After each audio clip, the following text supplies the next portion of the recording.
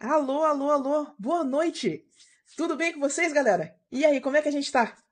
Tudo tranquilo? Boa noite, boa noite! Gente, hoje estamos aqui com duas pessoas nos acompanhando. A gente primeiro tem a nossa voz da consciência. Boa noite, boa noite, boa noite, boa noite, Aê!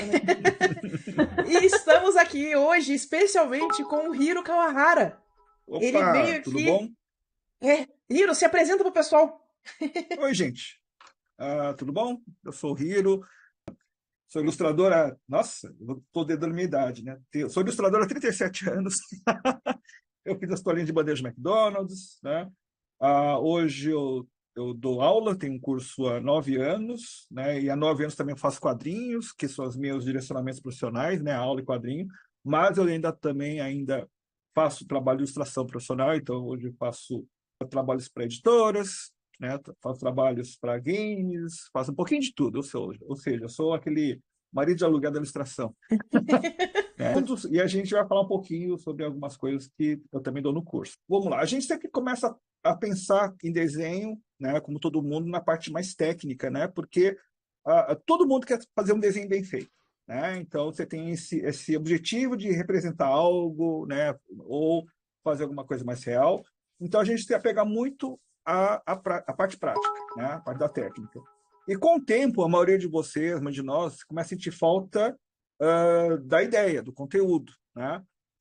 E tem os porquês, porque geralmente a gente não consegue trabalhar logo de cara com a ideia, o conceito. Né? A gente tem que pegar os fundamentos, pelo menos é o que a gente, né, Isso. aconselha, né? Passa pelos fundamentos, né? Estuda aquelas coisas bem, né? O cubinho, né? A esferinha, a perspectiva, né? E você está louco para fazer, a gente está louco para fazer ideias, né? Representar coisas. E a grande verdade é que o simbolismo ele é importante porque ele é um conceito que a gente vê todo santo dia e por isso mesmo que a gente às vezes não dá bola para ele, porque no momento que você acorda, no momento que você vai dormir, ou seja, no momento que você abre o olho, no momento que você fecha os olhos, você vê coisas, tá? Então você está vendo o despertador, você está vendo os dígitos, você está vendo placa de trânsito, você está vendo sinais, botões, né? Tudo isso aí Uhum. são signos, né? São coisas que você entende a função, né? Ou de forma direta ou direta, só que você não para pensar. Você não vai ficar pensando nisso, não vai abrir uma caixa de sucrilho, né? Né? Exato. Seu inconsciente já fala tudo isso. Né? E, então, a gente fica muito viciado nesse conceito de símbolo e signo direto. Símbolo, basicamente, né, ele é um conceito de representação de algo. Né? Então, uma galinha, um botão, um celular, eles são símbolos e também são signos. Né? Uhum. Geralmente, o conceito mais simplório de falar signo geralmente é aquilo que representa alguma coisa de uma maneira mais direta. Né? Então, quando você vê uma foto de uma galinha, quando você vê a galinha, né? Assim, quando você vê, sei lá, o objeto, isso são signos. O que você vai desenhar, por exemplo, em anatomia, basicamente são signos. Né? Você não vai interpretar a musculatura, né? Nem a Exato. ossatura. Né? Exato. Se o deltoide lá, você não pode, a não ser que você vai desenhar o Hulk, mas mesmo assim é um deltoide, né? Então ele continua sendo o signo de um deltoide, né? A não ser que você vai trabalhar vai fazer aquele anime, como é o nome? Aquele que tem os músculos. Tem os lutadores que têm os músculos que não existem. Não é Bakuman, eu perdi, esqueci o nome. Tem um anime que os lutadores têm Sim. os músculos que não existem, né? Então, quando você trabalha com Baque. perspectiva, Isso. o Bach, exato, Bach, aquilo você está trabalhando com simbolismo muscular. Porque você está criando músculo, né? Bom, mas anatomia é signo, né? Você trabalha com perspectiva é signo, você trabalha com valores sobre luz é signo, tá? Porque você não pode fugir da interpretação, é aquilo, né? Proporção, principalmente. Então, não tem muito espaço para símbolo. Símbolo é uma coisa mais indireta, né? Então, a musculatura, né, por si só, né, ela é uma estrutura. Mas o que ela significa em desenho, por exemplo, várias coisas. Por exemplo, a corra é musculosa, né? Então, se você desenha a corra com um deltoide bem definido, cara, a própria narrativa da corra está falando, essa menina malha, ou ela é Exato. forte, né? Ou come pouco, não, ela come muita proteína. Exato. Qualquer coisa, mas você sabe que ela como diz, ela não é sedentária, né, no Uhum. mínimo, né? Ou que a proposta da animação é mostrar essa musculatura sutil, porém presente. Então, tudo que você faz, né, tudo que você desenha é um signo, e tudo que você desenha, que é um signo, também pode ser um símbolo. Tudo bem, esse conceito é um pouquinho, né, meio que simples. O problema é quando você vai virar ilustrador e você vai trabalhar com, né, briefings, você vai trabalhar com pedidos de clientes, você vai criar suas histórias, vai fazer principalmente capa de livro, você vai Aham. fazer para infantil, vai criar um personagem, né? E aí que a gente trabalha com uma questão chamada narrativa, né? O que essa história conta, o que esse personagem vai contar, qual a história dele, qual é o background dele, qual é o cenário, né? Qual é a história do cenário dele. Praticamente, acho que muitos de vocês não pensam, mas tudo que vocês desenham, tá? Mesmo as coisas mais simples, elas têm uma narrativa. Se você vai desenhar, por exemplo, uma garrafa de vinho para o didático, aquela garrafa de vinho tem uma narrativa. Tá? Sim. Pode ser a melhor da narrativa, mas tem. Ela vai Uhum. servir para um propósito. Tá? Agora, essa mesma garrafa de vinho ela pode ser capa de um livro. Tá? A narrativa é totalmente diferente. Ou seja, o símbolo dela é totalmente diferente.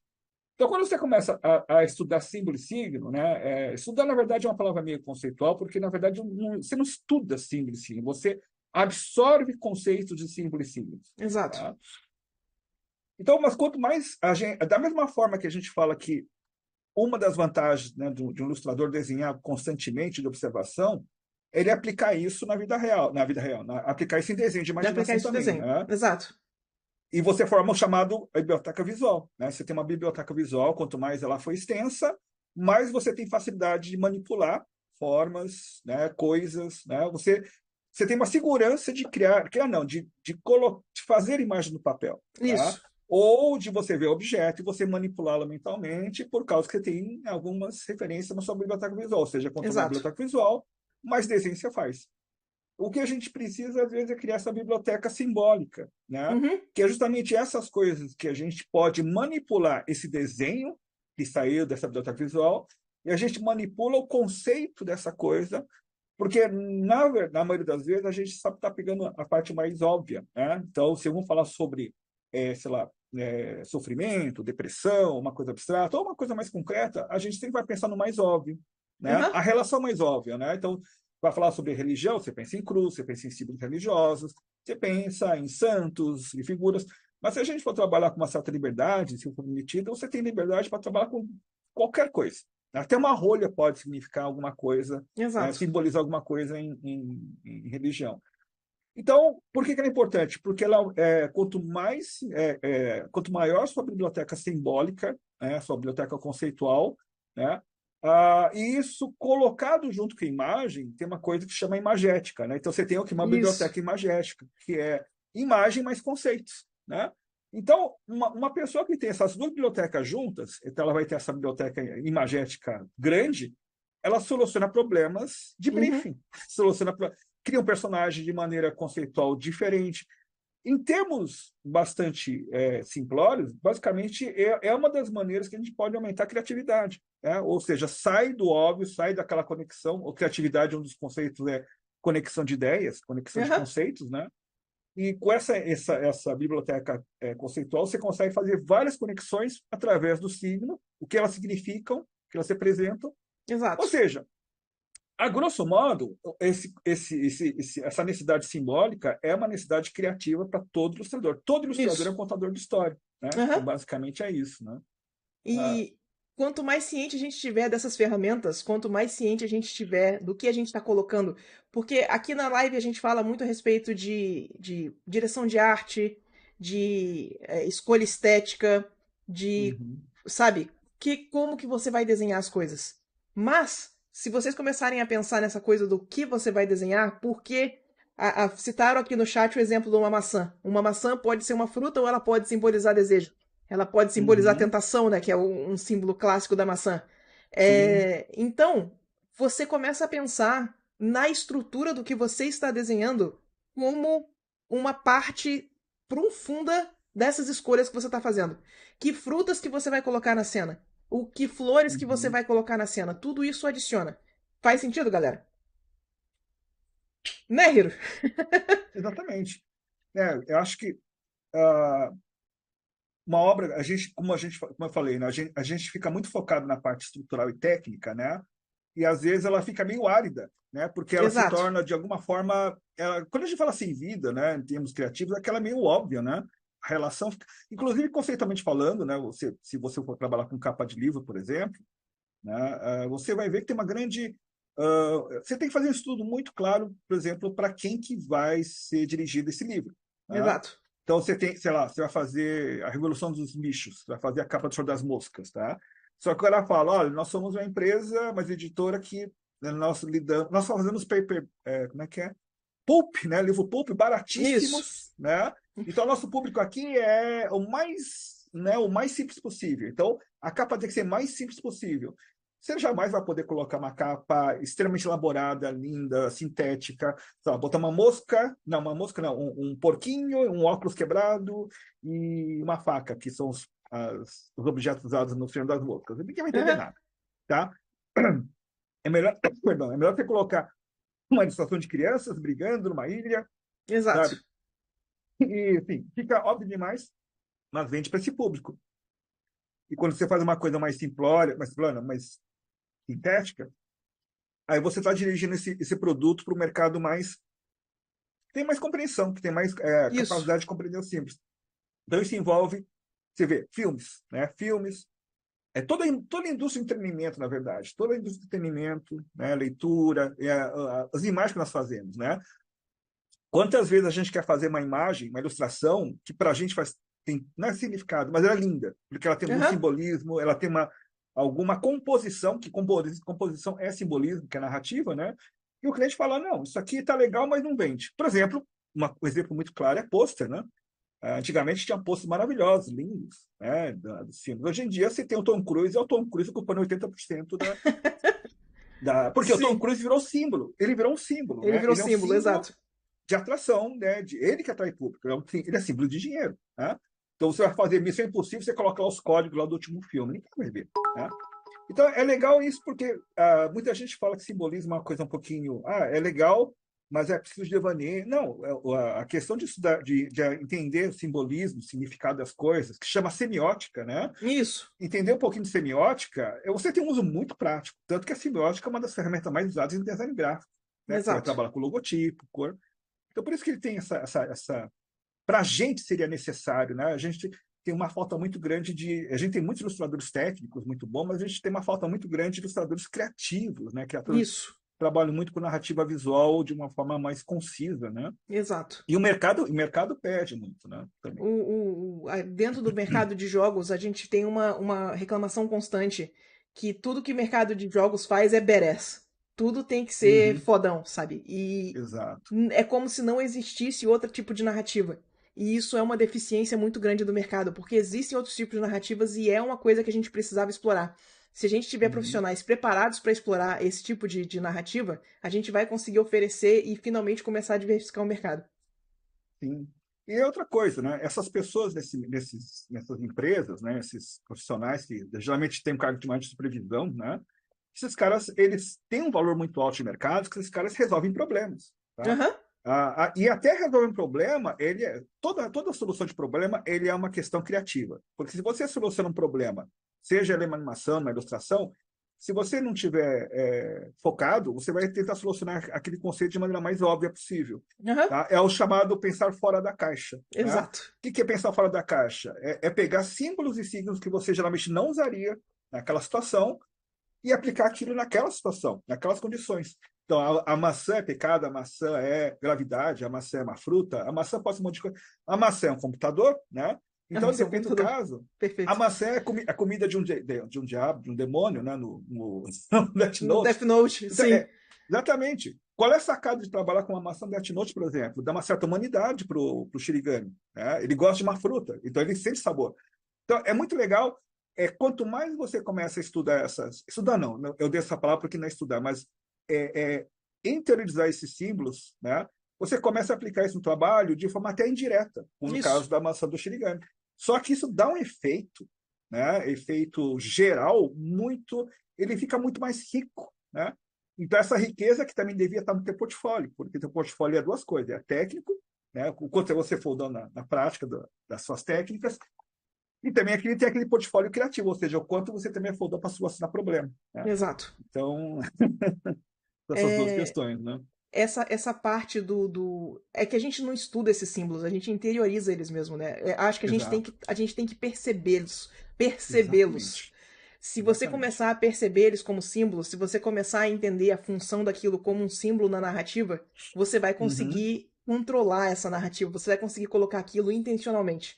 E é o Exato. intencionalmente que costuma seduzir a galera, sabe? Então, Exato. Muito interessante. né? É massa. Uhum. Eu ia falar a respeito de alguns filmes que fazem isso. Eu gosto muito dos filmes do Guilherme Del Toro. O Del Toro sempre faz, Nossa, né? Ele sempre muito. costuma pegar um símbolo desse. No filme A Forma Uhum. d'Água, tinha toda a narrativa com o ovo cozido. O ovo cozido que Sim, começava no café da manhã, depois o ovo cozido que ela usou para fazer a amizade com a criatura, sabe? sim, É, Pacific Rim, que tem a história do sapatinho vermelho, sabe? Então, eu quero sim, vocês pensando sobre esse tipo de coisa. Eu quero que vocês tenham a capacidade de fazer esse tipo de impacto com o trabalho de vocês. sim. Tem uma maneira de você, assim, qual é a maneira de você fazer isso? A primeira coisa é tentar entender um pouquinho de símbolo e signo, no caso, semiótica, né? Só que Isso. para isso, lá no curso a gente fala um pouco de semiótica, mas não é um curso semiótico, mas a gente aplica alguns conceitos de semiótica. Aham. Mas acho que é importante porque não é uma ciência, ele é uma, o que a gente pode falar? É uma arte? É uma Sim. parte, né? É uma parte que estuda símbolo e signo. E como você começa a dar nomes, ou seja, você classifica, dá nomes para as coisas, né? O que é símbolo, signo, qual é a relação do signo com quem observa, o que é um símbolo universal coletivo, né? Então, quando você começa a ter consciência dos nomes, é igual você saber, por exemplo, a diferença de amarelo cádmio, de amarelo limão e amarelo, né, Sim. 100%. Você começa a ter aquele efeito que é chamado tem naquele filme A Chegada, do efeito Sapir-Whorf. Né? Quanto mais você entende de alguma linguagem nova, que vira uma linguagem nova, você começa a ver as coisas de uma maneira diferente. Né? Exato. Então você começa a ver símbolo em tudo. Isso é legal. Da mesma forma que você começa a ver anatomia em todo mundo, gestão em todo mundo, quando você começa a estudar um pouquinho esses conceitos, você vê aquilo, você, opa, peguei a referência. Sabe o Leonardo DiCaprio? Opa, peguei a referência. Peguei referência. Tá? Exato. Não é o Leonardo DiCaprio, é o Capitão O América. Capitão América, sim. Então você pega a referência, então você começa a ver filmes, ler livros, ler quadrinhos, reproduzir seus trabalhos de uma forma um pouquinho mais crítica Uhum. e direcionada. Né? E uma das coisas que também você usa junto com simbolismo, justamente, é o pensamento. Né? O raciocínio lógico tem que ser muito lógico. E uma das ferramentas que a gente dá no curso, que é muito legal de você aplicar junto com o simbolismo, é estudar um pouquinho de filosofia, né? As bases filosóficas, mas assim, não é um curso de filosofia. Se você, o que a gente lá, que eu ensino lá, é a maiêutica de Sócrates, né? Ah, perfeito. Que é uma prática que Sócrates fazia de fazer pergunta, pergunta, pergunta, pergunta, até chegar, até irritar o cara e falar, caramba, né? Tipo, você vai quebrando uma questão, lembra por exemplo, não é da técnica, mas que a gente fala quando você vê um objeto, uma imagem, uma forma muito complexa, Aham. você não vai quebrando ela em pequenas partes para entender as Isso. formas, né? Manipular ela mais facilmente. Quando você tem um questionamento muito complexo, você quebra essa pergunta em pequenas perguntas mais fáceis. Por exemplo, por que tudo acontece comigo? Só merda acontece comigo. Aí então a gente pergunta, né, o que aconteceu? Eu cheguei atrasado. Aí eu falo, por que chegou atrasado? Porque aconteceu tal coisa, aí eu tinha que voltar para lá. Então, por que você não preparou isso ontem? Então, você vai meio questionando, né? Estou dando um exemplo bem tosco. Mas você vai criando perguntas menores que vão chegar numa verdade maior. Então, por exemplo, você vai trabalhar com o teu desenho, com a ilustração. A ilustração para trabalhar com o construto de um personagem. Teu cliente vai te dar todo o briefing da diretriz do personagem. Ele tem que ser desse jeito, tem que ter um Aham. certo comportamento, ele tem que ter tem que ter um certo environment envolvido no meio, tem uma cor principal, tem uma narrativa atrás. Aí você desenha. Aí você faz o quê? Os primeiros desenhos que você vai fazer são desenhos que a gente fala água de arroz. Você Sim. lava e é o primeiro desenho que sai. E às vezes sai um bom desenho na primeira, né? Mas às vezes você olha para aqui e fala, caramba, falta um chance, né? Exato. Esse chance, na verdade, é falta de pensar, porque você está muito apegado à forma. A E aí gente que você começa muito aplica. com óbvio, né? A primeira Nossa, água de arroz é muito a primeira ideia que vem à cabeça, ela é normalmente a mais óbvia, ela é a mais direta, sabe? Não é, necessariamente é, a o- melhor. é que o teu inconsciente está formulando logo de cara, né, para trabalhar lá na tela ou no papel. Então, Isso. lógico, ele realmente a gente chama de construto, né? Construto na filosofia é Uhum. qualquer imagem, qualquer coisa que você idealiza. Então, você idealiza um construto. Então, o primeiro personagem que você faz não é um personagem, é um construto, né? É Perfeito. Lanterna Verde, sabe? O Lanterna Verde faz aquelas coisas, chama um construto. Aham. Só que depois você olha para aquilo, você manipula, você vai manipulá-lo tecnicamente, trabalhando com conceito de silhueta, anatomia, forma, massa, mas ao mesmo tempo você fala, cara, isso serve na narrativa, né? Por que ele tem isso? Esse chifre tem algum motivo? Cara, mas olha só, isso aqui tem a parte lógica, eu falei, pô, isso aqui atrapalha o movimento, que a gente trabalha de mecânica. Mas você fala, cara, mas por que ele tem isso? Igual, por exemplo, vou dar um exemplo bem claro, é a relação pessoal que a gente tem com esse pensamento. Por exemplo, o adolescente. O adolescente está cheio de hormônio na cabeça. Tá? É normal. Sim. Então, lógico que ele vai desenhar Sonja Guerreira a todo momento. Uma guerreira de espada, machado com um sutiã de metal. Né? Sim. Para ele, tudo bem. E o cara vai botar lá um cavaleiro, né, coberto de aço até lá na ponta. Por quê? Porque é bacana. Mas é legal botar uma garota um pouco. Por quê? Porque é o símbolo que ele quer colocar lá. Né? Ele Sim. quer representar o quê? Força? Não, ele quer mostrar pele. Né? Ele quer mostrar Exato. pele. Mas é o que ele tem de informação, é o que ele tem de conceito na cabeça dele. Vai demorar um tempinho para entender que aquilo não é necessário, aquilo não funciona, aquilo vulgariza, tá? Aham. São conceitos, né? Então, essa percepção de consciência, tudo é uma questão de conceitualização de si. Então, essa questão de você trabalhar com tudo isso, ele é muito interessante, da mesma forma que trabalha com desenho, trabalhar com essa coisa de filosofia barra pensamento, barra símbolo, barra significado, você vai também mexendo com a tua cabeça, ou seja, você vai ter uma riqueza maior de símbolo e signo, então sua fala fica um pouquinho mais rica, a Sim. maneira que você vai interpelar, conversar, eu estou conversando com a Úrsula, né? Eu sempre penso 2 segundos antes de falar alguma coisa para ela. Às vezes escapa, às vezes não, tá? Mas a gente, como professor, então, a Úrsula também tem isso. Ela sabe que ela não pode falar qualquer coisa. Então Exato. acontece o que? Ela processa um monte de informação, né? E o que é? Além de processar informação, a Úrsula tenta passar aquilo de forma simbólica, metafórica, para vocês entenderem. Então, tem essa coisa. Então, eu acho muito legal a parte de simbolismo, porque ele é uma faca de dois legumes, né? Ele melhora o desenho e também melhora o nosso pensamento, né? Exato. Então, eu acho que tem essa canivete suíço que vale a pena, né? Acho que melhora o nosso entendimento da situação como um todo, né? É como se abrisse um prisma de possibilidades. Uhum. Você começa a Exato. ver vários ângulos da mesma possibilidade. Que é o que a gente precisa explorar na hora que a gente vai fazer nosso trabalho, né? Exato. Quanto mais a gente conseguir colocar e organizar esses ângulos diferentes, essas possibilidades diferentes, mais rico vai ficar o nosso trabalho, Sim, né? sim. Ah, e tem uma coisa legal também dessa parte, que nem eu falei, né? Estudar essas coisas de simbolismo, significado, você argumenta melhor sobre o seu trabalho. Tá? Sim, Então, na hora você vai chegar e vai defender seu trabalho, imagina, tem alguns trabalhos que você tem que defender. Eu estava falando agora que eu estava fazendo um pitch para defender tentar vender uma história, né, para uma editora. Você tem que vender a sua história, você tem que empolgar a pessoa, ou você tem que convencer o diretor de arte, tá? E exato. lógico, o diretor de arte vai ver o que é a ilustração que você fez. Se você não explicar, né, me convença. Tá, você não vai convencer ele pela técnica, porque a técnica está bem visível. Vai convencê-lo Exato. pelo conceito. O conceito que é legal. Tá? O conceito que mora, o conceito que está a sedução do ilustrador. Tá? Porque quando a gente vê a sedução pela forma, é imediata, mas a sedução da ideia, cara, é bem legal. Você fica muito empolgado quando você começa a trabalhar com essa sensação. Né? Eu descobri, Úrsula, né, que por que eu defini minha carreira como contador de história, fazer livros, porque desenho, eu tenho o maior tesão de fazer desenho, você também, né? A Sim, gente tem uma tara de fazer desenho, mas quando eu comecei a criar histórias, cara, você começa a perceber que para fazer o desenvolvimento daquilo, né, você solucionar solução conceitual, criar uma cena, criar um diálogo, cara, aquilo, cara, às vezes é melhor que sexo. Você fala, caralho, isso aqui é muito bom. E ao mesmo tempo, sim, ele vira um pesadelo quando você não soluciona, né? exato. Mas é isso que deixa a gente deixa vivo, nesse alto e baixo, porque no fundo, você quer produzir, você quer finalizar aquilo. Então, Exato. é muito bacana esse desafio. A gente quer.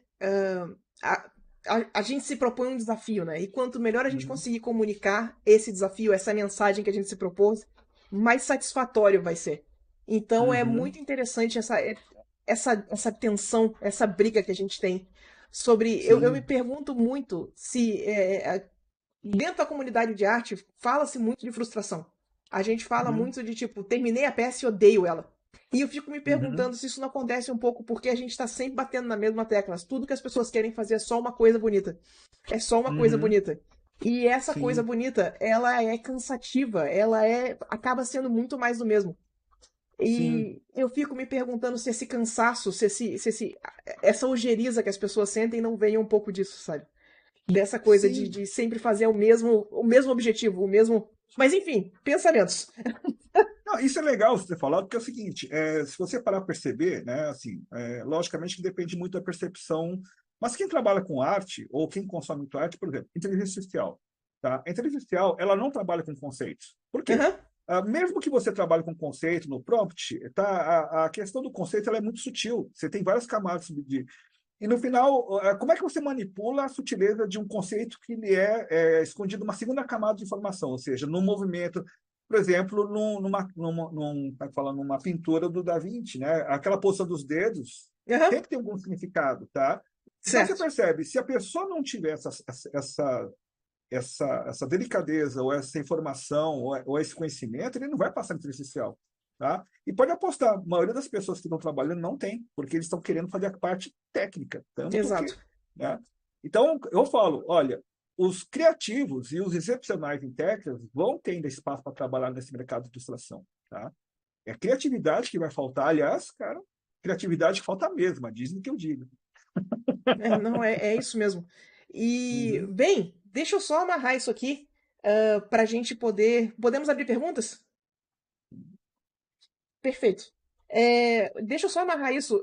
Uma das coisas que eu sempre gosto de falar aqui é o tanto que eu sou apaixonada por fazer thumbnail. Thumbnail é onde a gente tem a possibilidade dessa exploração, é onde a gente vai ver toda essa parte do simbolismo, da carga, da mensagem na sua ilustração. Então, Uhum. essa é a importância do planejamento, do thumbnail, dessa exploração. É disso que a gente está falando. Certo? Uhum. Bora! Sim. Lau, vamos abrir pergunta pro pessoal?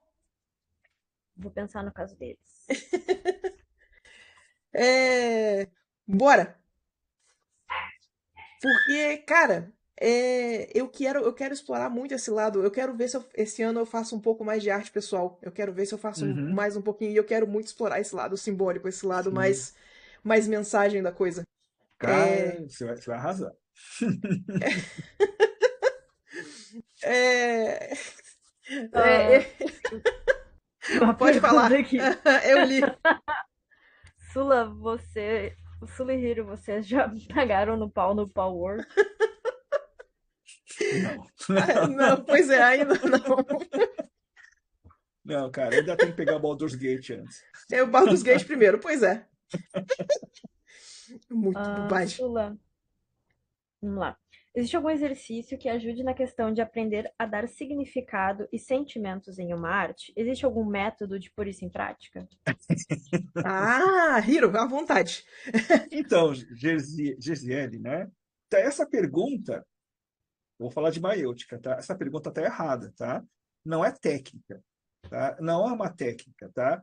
Ah, como eu falei para a Úrsula, existe a semiótica, que ela vai te dar os termos mais, né, ela vai te dar o significado, estudo do símbolo e do signo, cara. Mas tem uma coisa que acontece, e aí que tem aquela coisa humana, é que para você interpretar signo e símbolo, associar símbolo e signo, dar significado, dar conceito e entender, né, depende de uma coisa chamada sensibilidade. Tá? Sensibilidade significa que você tem que ter uma cabeça com uma velocidade um pouquinho mais calma para poder prestar atenção nas coisas, né? Porque geralmente símbolo e signo, mas a gente está falando dos mais óbvios, a gente vê na cara, tá? Aqueles delicados, né? Depois, se eu puder mostrar uma coisa aqui, né? Claro. Só para dar esse exemplo. As coisas que fazem essa coisa do sentimento, tá? De forma gráfica, tá? A delicadeza, ela está na sutileza. Tá? Então, uma das coisas que tem que fazer se você é aquela pessoa muito ansiosa, muito acelerada, você tem que dar uma desacelerada.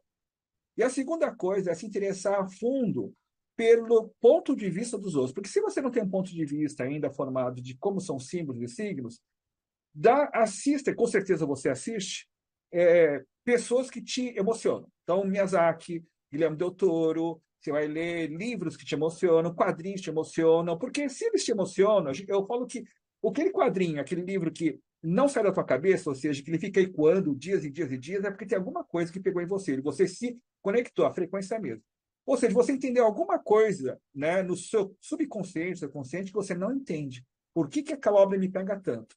Se você um dia vai lá, pega aquela obra de novo e vê quadro a quadro, cena a cena, e fica lá sem razão, sem racional, mas só assistindo aquilo com calma e tentar entender, essa cena me pegou. Essa cena me pegou, aí você vai, mas por que essa cena me pegou? Ah, por causa que tem essa cena. Aí você vai destrinchando aquilo.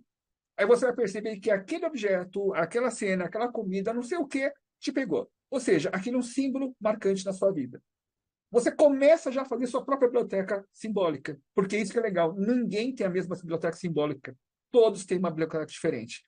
Então acontece o quê? Quanto mais você vê a obra dos outros, quanto mais você entende por que aquele diretor, aquele escritor colocou aquele conceito, porque aquela poesia que você não entende no momento, né, o significado, porque aquela letra do Gilberto Gil é tão estranha, mas ela é muito legal. Quando você começa a ver que existe o quê? Uma outra camada, que não é do racional, mas da percepção, e você coletar, nossa, é verdade, né? Isso funciona para mim. Você começa a querer aplicar isso no seu desenho, no seu trabalho. Quando você começa a querer aplicar seu desenho, você vai começar a buscar essas informações. Porque, veja bem, não é técnica. A técnica é o que a Sula dá, né? Desenhar, perspectiva. Essa é a técnica. Pintura. A técnica é essa. A técnica de incorporar é entender. Então, uma dica que eu dou é: assista muito filme, leia muito livro, leia muito quadrinho, mas procure entender por que aquilo te pega. Então, começa com as obras que você, as suas preferidas, tá? Por que aquele, por exemplo, estilo. Estilo de desenho tem muito a ver com símbolo. Por que aquele ilustrador te pega tanto? Porque você quer ter o mesmo estilo daquele ilustrador, porque alguma coisa ecoa dentro de você, tá? Uhum. Se for técnica, se for traço, você aprende fácil. Mas se for a parte conceitual, né, por exemplo, ilustradores de livros infantis, acontece muito isso. Você vai procurar o que é paleta de cor, se a paleta de cor, na verdade, é mais narrativa do que técnica, se a diagramação e composição que ele usa é mais narrativa do que técnica. Eu vou dar um exemplo muito curioso, por exemplo. Né? Não sei se vocês estão assistindo aquele anime Frieren, né? Além Ainda do fim da não. jornada. Ah, me É falaram que eu vou lindo. gostar muito. É lindo, mas trabalho de composição fora do normal. Ele não parece um anime japonês, tá? Hum, Tem horas que ele usa a composição francesa, grandes planos, né? Ele usa muito grandes planos, ele usa enquadramento fora do normal, então usa do peito para cima, tá? Ele tem uma delicadeza, eu achei acima do normal, eu achei ele muito bonito. Mas por quê? Porque essa personagem é uma personagem que é uma elfa que vive mais de 1000 anos, está perdendo os amigos por causa do tempo. Então, a essência daquele filme é solidão. É uma pessoa que vive em solidão. O que o grande plano faz? Deixa a uhum. pessoa solitária. Aquela pessoa pequenininha, menorzinha, ou meio ambiente é maior do que a coisa, ou ela é pequena em relação ao meio. Então, essas são as coisas legais. Isso que eu estou falando, antigamente nem entrava na minha cabeça. Hoje eu bato o olho aqui e falo, ó, né? Grande plano, né? É igual quando o cara faz um close. Para que você faz um close no cara? Para mostrar dor, invade intimidade. Isso. Então, a outra coisa que você perguntou, uma das coisas que você pode aprender muito, né, é estudar cinema, estudar tomada de câmera, composição, né, enquadramento, tá? Né? Quando você pega enquadramento inclinado, né, você vê o Coringa inclinado, que ele está totalmente anormal, ele está todo alterado, né, mentalmente. Então, trabalhar com linguagem de cinema é um primeiro passo. Por isso que é legal assistir filmes, estudar cinema, simbolismo, tá? Então, Não, vai para perfeito. a luta. Perfeito, é isso aí mesmo. Eu quero reforçar a importância do nosso gosto nesse momento. Vocês Uhum, não precisam se perder em coisas que não são do gosto de vocês. Vocês precisam explorar por que vocês gostam das próprias coisas e por que aquilo te chama atenção. Entender o seu gosto, entender por que aquilo ressoa com você é parte do desafio nesse momento. Então, uhum, é a descoberta da nossa própria linguagem. Mas enfim, sim. bora, que mais? Hiro, boa noite e obrigada. Tem alguma recomendação de livros, canais do YouTube ou materiais de estudo sobre semiótica voltado para a arte para a gente se aprofundar? Olha, eu vou ver. Eu posso, não é propaganda, cara, mas o que eu começo muito é com esse livro aqui, não se dá para ver. Ah, legal. É Semiótica Aplicada, da Lúcia Santanella, tá? Não é um livro gostoso de ler, tá? Desculpa, Lúcia. Tá? É um livro acadêmico, mas ele é dirigido para design. tá? Então, ele é semiótica aplicada. Então, os termos técnicos estão todos aqui. Tem um livro, não dela, uma coleção chamada Primeiro Passos, chamado O que é Semiótica, vale muito a pena ler também, tá? Eu aconselho você, tá? Agora vou vomitar a referência, tá? Se você gostar de ler, leia Campbell, Herói de Mil Faces. Sim, Leia A Jornada do Herói, Campbell. Tente ler não Jung, que eu ainda digo, mas leia sobre Carl Jung, que é aquele canelista, né, famoso. O cara jogue era Persona maluco. 5. É Jungiano? É Jungiano do início ao fim. Nossa, cara, porque Jung trabalha com sonhos, né? Trabalha muito Uhum, com a parte onírica. E sonhos sempre são uma maneira que o inconsciente manda a mensagem para o consciente. É muito legal. é muito Né? legal. Então, ler sobre então questões da Jung. Eu gosto muito cara, eu gosto muito dessa leitura de linguística, tá? Então, linguística é uma coisa muito complicada de apresentar, mas linguística é importante por quê? Porque a maneira que nós vemos símbolos em diferentes países, por exemplo, a língua de um japonês, a língua de um brasileiro, a maneira que um americano lê as coisas, ela é totalmente diferente por causa dos símbolos, né? Então, quando você começa um pouquinho de linguística, você começa a entender símbolos, né? Por exemplo, não sei se você já para perceber, para pensar, que o japonês tem milhares de kanjis. Cada kanji é um símbolo, cada kanji é um Isso, logotipinho de alguma coisa. Nós brasileiros, temos 23 letras. E os japoneses têm milhares de kanjis. Tá? Então, imagina com a cabeça de um japonês de processar símbolo. Deveria ser muito mais fácil. Não é mais fácil, mas difícil, mas é diferente. é Tá? diferente, exato. É diferente. Então, assim, essas são as dicas.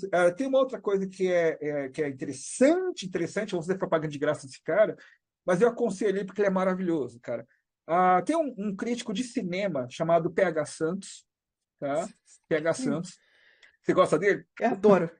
Cara, ele analisa filme, né? Ele tem uma seção do canal dele chamado Raio X, que ele pega cada cena de um filme, de um seriado, e ele fala: essa cena o cara usou essa luz para fazer tal coisa. Né? Tem uma que ele mistura a cabeça quando ele pega uma cena do Last of Us, na cena que a mãe da Ellie vai dar luz, e eu assisti porque ele passou batido. Quando ele colocou, ele falou: ó, essa cena a mãe da Ellie está dando a luz na frente, num quarto de criança, na frente de uma pintura de uma árvore, então a copa sai da cabeça dela e as raízes saem debaixo do ventre dela, né? Exato. Falei, significa que aquilo que ela vai dar luz, vai dar frutos, vai dar criar raízes. Falei, cara, isso aqui é muito foda. Fantástico, A né? girafa, por exemplo. Então, o PH Santos é um cara assim que eu adoro, eu fico mais inteligente, eu fico mais perceptivo toda vez que ele fala alguma coisa, tá? E assim, desses caras, eu aconselho ele, cara, porque ele está muito ligado com arte, né? Ele trabalha muito com composição de cena, então eu acho que de todos. Tem o Hora Thiago, mas eu não assisto tanto ele, então para falar, mas o pessoal está indicando bastante ele. E o Mas pessoal. o PH Santos eu mando de paixão. O PH Santos faz uma análise um pouquinho mais semiótica. O Hora Thiago vai falar um pouquinho Uhum. mais sobre o tema. Mas eu gosto das análises dele Ah, também. sim. E fora isso é ser curioso, porque você vai encontrar bastante. No momento que, assim, é o universo. No momento que você começa a interessar, tá, vai te abrir portas, vai buscar na internet, fala, né? Então é muita coisa. Exato. Muito bom. O que mais? Ah, vamos lá. Boa noite. No processo para ilustrar, é normal ficar frustrado, mas quando terminar, se apaixonar pela arte? Olha, é normal, eu vou dizer pra você que não vou dizer que é comum, no entanto. É, eu não sei o que o Hiro acha a respeito disso, inclusive vai ser interessante conversar sobre isso. Mas eu sempre falo que arte é uma habilidade que se paga em frustração. Você se frustra muito até você conseguir chegar. Sabe, cada vez que você fica frustrado, você foi lá no cofrinho e botou mais uma moedinha pra você conseguir comprar essa habilidade chamada ilustração. Sabe? Uhum. Então a frustração ela com certeza faz parte. No entanto, na minha experiência, é mais comum as pessoas ficarem frustradas com o resultado também e inicialmente odiar o resultado. E aí passa uns dias, olha pra trás e fala: olha, não ficou tão ruim. Esse é o mais Uhum. comum, eu acho. Sim, quando a ilustração, né, eu acho, né, uma ilustração tem um tempo para acabar, né? Então você tem um período que você tem contato com essa ilustração, uma semana, algumas horas, uns dias, né? Então então ela é muito intensa, né? Então você vai fazer, por exemplo, uma splash art, você fica horas e horas e horas, e a finalidade dela tem que ser muito boa, né? Ou seja, acabamento perfeito. Então, lógico, quanto mais responsabilidades na entrega, maior frustração também, né? Exato. Porque maior é o medo, né? Então, Exato. mas é que tá, é a frustração é por tua causa ou porque você acha que não vai agradar o cliente? Primeira coisa, né? Aquela coisa da maiôtica, né? Ah, e depois você nunca vai conseguir responder isso. Tá? Senão você nunca vai mandar o send lá no seu e-mail dizendo que está pronto. Então, uma hora você vai ter que conviver com essa dor, né? E aí tem uma coisa interessante, por exemplo, eu faço quadrinhos. Tá? Um quadrinho leva em torno de um ano e meio, 2 anos, depende do caso, né? Tem 144 páginas, 160 páginas. Então, imagina essa ilustração, só que multiplicado em número de dias, como essa, né? Não tem um trabalho, não tem um quadrinho que eu fiz 9 até agora, que eu odiei na hora que eu tirei da gráfica. Na hora que eu recebo ele da gráfica, é uma êxtase. Nossa, aquele cheiro de tinta, abrir. Mas pergunta para minha esposa se eu fico alegre. Eu falo, caralho, que bosta. Que bosta. Que bosta, meu Deus do céu, né? Que bosta, né? Aí o que eu faço? Eu pego, tiro, olho, né? O meu superego, que é meu Cristo, fala assim, tá, serve para Comic Con, serve. Né? Então eu levo na Comic Con, vendo, né? E eu, né, na Comic Con eu explico né, do que se trata a história, eu vendo, no fundo, eu gosto da história. Mas eu só começo a gostar do livro depois de um período de descanso. Então, é que eu tiro férias, não olho para aquele livro durante 3 ou 4 semanas, durante um mês, e depois começo a ler de novo, depois começo a ler de novo, e de novo, de novo, de novo. Todos os livros, sem exceção, eu gosto. Tá? Alguns de paixão e outros que eu falo, isso aqui não está tão ruim. Mas eu crio uma relação mais saudável com o meu trabalho depois de um certo tempo. Ele deixa de ser namoro, paixão, para vir um casamento. Perfeito. Então, Perfeito. por quê? Porque agora eu estou pensando com uma cabeça mais tranquila, estou analisando tudo. E nessas horas eu não me julgo. Então eu começo a ver a qualidade narrativa barra técnica do meu quadrinho de forma bem mais sincera. Né? E Perfeito. frustração fora. Né? Exato. Exatamente. Mas eu também preciso desse tempo de espaço, esse tempo de descanso. O problema de ilustração é que você não tem tempo, né? Você faz e entrega, faz e entrega, faz e exato, é entrega, uma né? atrás da outra. Pois é. Uhum. Não, perfeito. Bora, que mais? Hiro, como você sente que o estudo da filosofia auxiliou no processo da sua ilustração? Então, duas coisas. Eu trabalho com 4 linhas de raciocínio, tá? Na parte de criação, né, conceitual, né, eu aprendi o que é maiúsculo, que é fazer pergunta, então eu questiono toda hora se meu trabalho está bom ou o que eu posso acrescentar ou tirar. Tá? Maiúsculo é, entre aspas, logicamente, um adendo. Tá? Maiúsculo não é para isso. Tá? Maiúsculo é para se conhecer. Tá? A filosofia de Sócrates da maiúsculo é para você fazer perguntas sobre você, sobre o que você acredita, que você gosta, que se frustra, mas não custa nada passar isso para o trabalho, que também serve. Né? Então, essa maiêutica no trabalho é um questionamento constante, é um questionamento sincero. Ou seja, nada envolvendo emoção, nada envolvendo sentimento, é ser bem crítico. Dá para melhorar? Posso tirar? Né? Então, a maiêutica serve para fazer questionamento constante. Tá? Aristóteles, né, tem 4 causas de Aristóteles. Né? Então, o que são as 4 causas de Aristóteles? Dentro da cultura de Aristóteles, as 4 causas são para você mostrar que, não digo mostrar, mas provar que uma coisa existe. Tá? Então, uma cadeira se aplica à causa material, à causa causal, à causa final, à causa. Esqueci o outro nome. Mas são 4 causas: uma da matéria, outra para que ele foi feito, de onde ele vem, quem o fez. Tá? Se você aplica esses 4 conceitos no objeto, numa pessoa ou num conceito, cara, você está validando ele. Validando porque é real. Porém, no caso do Aristóteles, essas 4 causas que é, né, qual a sua origem, do que ele é feito, qual a sua forma e quem o fez, né, para que ele serve, se você quebrar alguma delas, você começa a ser criativo. Então, por exemplo, o Batman. O que é o Batman? O Batman, qual é a forma dele? De um morcego. Do que ele é feito? Muito dinheiro e muita raiva. Né? Para que ele serve? Né? Combater, né? Limpar a gota. Tá? Se você quebra um desses itens, né? Ou seja, tira o dinheiro, tira a raiva, ele não é um defensor. Qualquer dessas 4 causas, que são as 4 pilares de pensamento, você começa a ver possibilidades, porque elas não existem. Quando você começa a trabalhar com uma coisa que não existe, você cria, se você quiser que ela exista. Né? Uhum. E aí que legal. Então, as 4 causas servem para isso. Logicamente, de novo, tá, gente? As 4 causas falam sobre metafísica, né? Então, ela é aplicada na ilustração, que você perguntou, tá? Porque ela é usada em outras coisas, mas ilustração é isso. E na parte prática, tá? Ou seja, na parte da minha pessoa como desenho, além de eu também usar isso na minha vida, tentando. Te garanto, gente, eu sou melhor desenhista do que pessoa, tá? Mas, na hora de eu Também. executar um trabalho, eu tentar desenvolver isso, entregar para um cliente, ou seja, eu criar um método, tem um quadrinho para entregar em um ano, eu tenho um prazo, e esse prazo vai me deixar nervoso, tá? Ou eu tenho um trabalho para entregar, né? Ou tenho que entregar um trabalho lá para o pessoal do estúdio, que é uns tile frames para uma animação. Eu tenho um prazo, eu tenho tempo. O que acontece? Eu não posso deixar meu emocional dominar ou tomar conta. O que eu faço? Eu uso a filosofia, eu uso o princípio estoico. Estoicismo é quando eu falo, olha, elimina essa parte mais emocional, elimina o sentimento, foca no objetivo, tá? Então, o pensamento estoico fala, olha, se controle, né? Recomponha, rapaz, né? É para você não deixar que o emocional e outras coisas que não sejam pertinentes atrapalhem o processo. Eu estou fazendo um resumo muito grosseiro, tá? Logicamente, ele é muito mais profundo. Se você vai estudar cênica, é muito mais profundo. Mas e outra coisa que eu gosto muito de usar é pragmatismo. Pragmatismo é Uhum. uma filosofia que você só usa o que funciona. Descarta o que não dá certo e só valoriza, só preza o que funciona. Tudo bem, aí é uma coisa meio óbvia? Sim, é óbvio na parte técnica. Você não vai dar de maluco de experimentar uma técnica nova para um cliente que você vai entregar a marcha amanhã, né? Você não é maluco Exato. de fazer isso. Né? Essa decisão, por exemplo, é uma solução pragmática. Né? Vou Uhum. fazer o que é certo, né?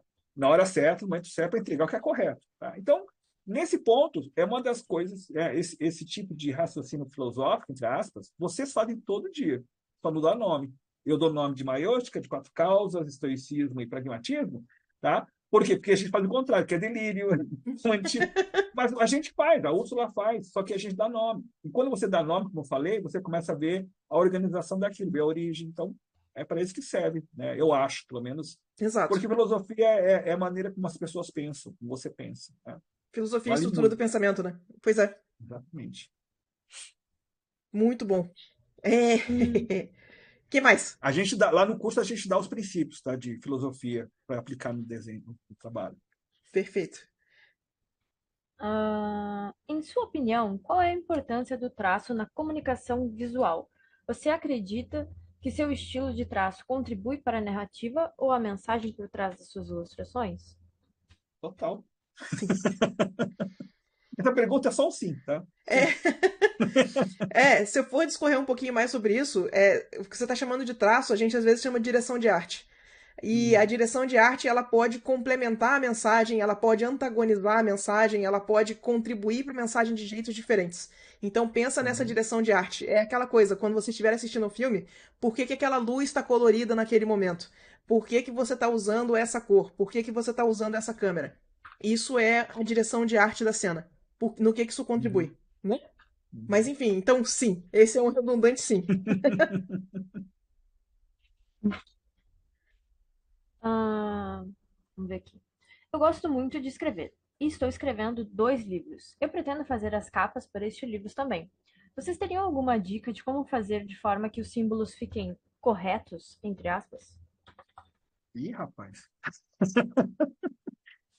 Cara, é quase impossível falar isso, porque é tua obra, é tua história, são seus símbolos, suas relações, né? Então, eu posso dizer assim de maneira muito fácil. Do jeito que você está perguntando, para mim, é muito. Eu não consigo falar para você como fazer, né? Então, por quê? Porque existem milhares de maneiras de você fazer isso. Milhares, literalmente milhares, né?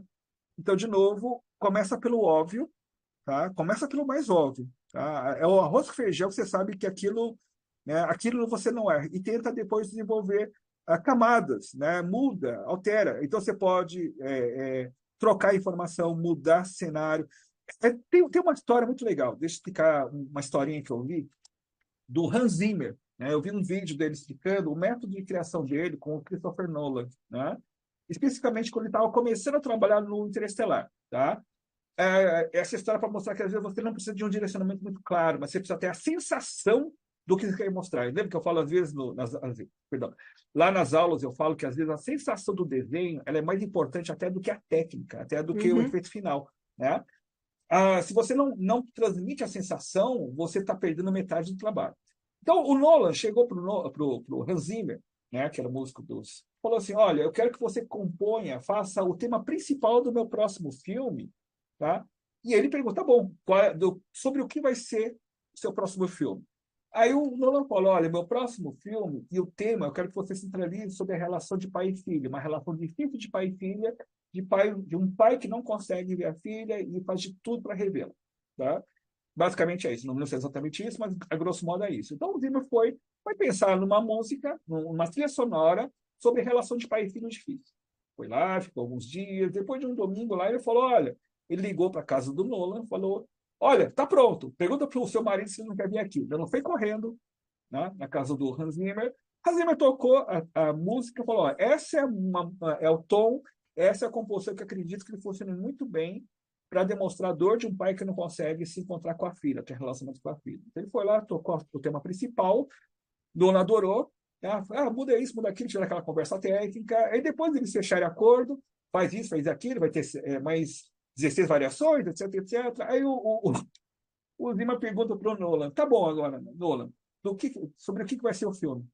Né? Ele sabia que o Nolan não ia fazer um filme sobre isso especificamente. Ele falou, o filme vai ser sobre buraco negro. Ou seja, ele pegou o coração do filme, e a partir desse coração, o Zimmer foi construindo a cena. Aí sim, o Nolan foi dando o roteiro, foi dando as cenas gravadas, ele foi colocando os diferentes tons que precisava. O que eu sempre falo para os alunos é 2 dicas. Começa pelo óbvio, que não é adequado, mas é o que você tem, pelo menos o óbvio você pensa, e reduz aquilo que você vai desenhar, que você vai criar, para o coração dela, ou seja, do que se trata a tua obra. Tá? Que pelo menos o coração não perde. Que se você ainda tiver o coração batendo na sua capa, ele vai continuar batendo. Se você perde o coração, ele vai virar um zumbi. Então procura Exato.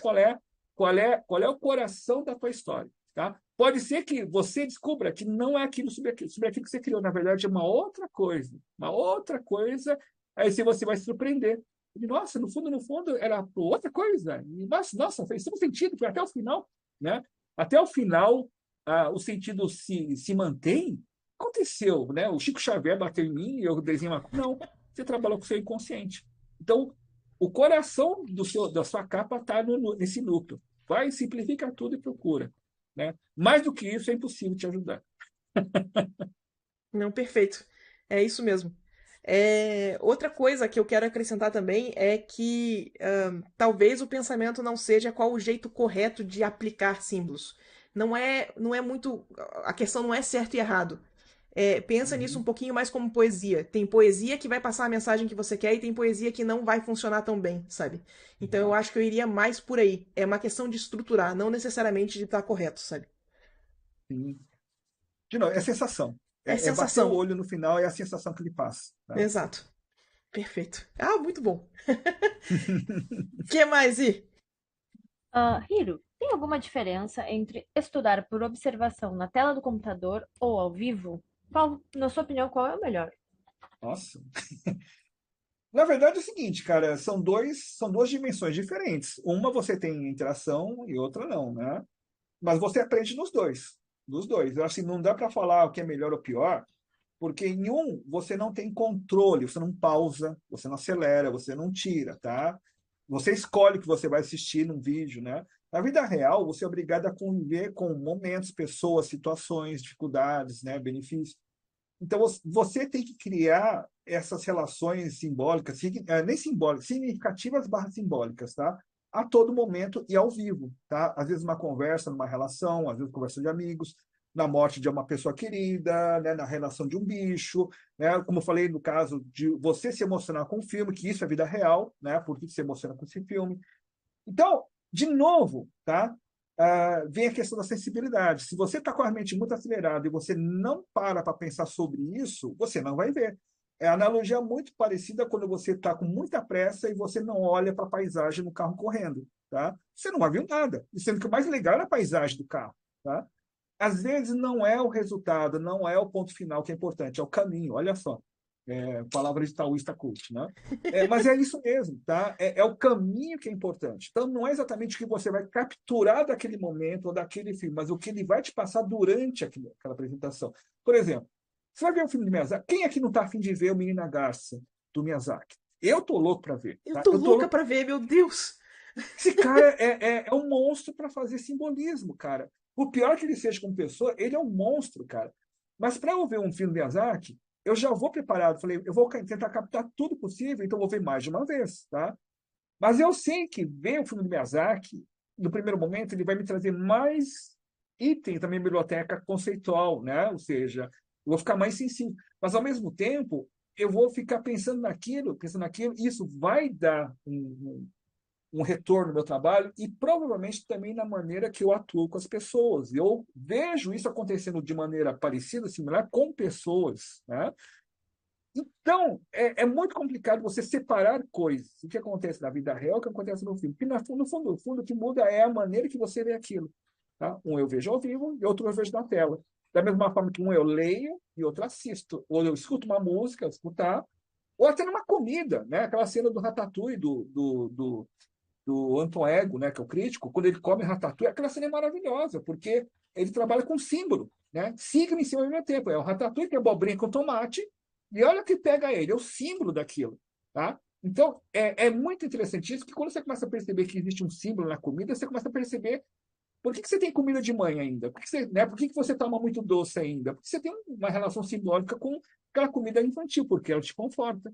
Tá, é muito complicado, porque aí a gente já sai da área artística, né, e vai para a aula psicológica. Eu te garanto, uma das coisas mais legais dessa parte de conceitualização é que você, como pessoa, começa a trabalhar com mais conceitos sobre você. Se um dia eu sempre conselho para os alunos, eu quero contar uma história, eu quero fazer uma história infantil, eu quero fazer uma história em quadrinhos, mas eu não sei que história contar. Eu falei, conta a tua história. Uhum. Conta uma história que aconteceu com você, porque essa você sabe que aconteceu. E provavelmente aquela pessoa que está com muita pressa de fazer uma história, ela vai fazer a história mais banal possível. Falei, não sai nem para Comic Con. Mas se ele tiver sensibilidade, não importa o nível de experiência que ele tem de fazer quadrinhos, se ele tiver sensibilidade, ele vai. Já vi muita história de primeira viagem linda e maravilhosa, cara. Uhum. Tá? Talvez ele não tenha estrutura muito boa, porque ele não sabe, mas ele tem aquele coração muito legal, tá? Então, de novo, nós estamos falando de sensibilidade, tá? Sensibilidade artística, conceitual e, de certa forma, até intelectual, porque você vai processar isso de maneira lógica, né? Então, sensibilidade é Exato, resposta para tudo, né? exato. É, deixa eu falar um pouquinho do lado técnico dessa pergunta. É, assim, ó, a gente ter acesso às fotos, a gente ter acesso aos vídeos é muito bom porque ele dá um acesso muito maior às coisas que a gente normalmente não teria acesso. A gente tem como Uhum. visitar museus virtualmente, a gente tem como acessar Exato. obras, a gente tem como acessar sessões de modelo vivo que a gente normalmente não teria acesso. Mas, dito isso, a nível de técnica, tá? Existe prática que você faz que é do modelo vivo, não é só da foto. Uhum. Então, sempre que você tiver a oportunidade de fazer ao vivo, faça ao vivo. É um desafio, mas vale muito a pena. Então, só para Uhum. colocar 10 centavos aí. Exato, exato. Muito bom. Hum, Posso passar para a próxima? O que mais? Manda Uhum. ver. Ah, tá. Minha vida artística foi voltada para soltar o traço. Estudo linhas de ritmo com Preston Blair, conceito com Loomis, Michael Hamilton e até hoje me vejo preso nisso. Tem como ter fluidez no traço sem deixar duro as poses? Sim, né? Também tem um curso Prático. fantástico sobre soltar o traço, então eu vou deixar ele responder essa também. Mas soltar o traço, em termos técnicos, a gente está falando de gestual, né? A linha de movimento, né?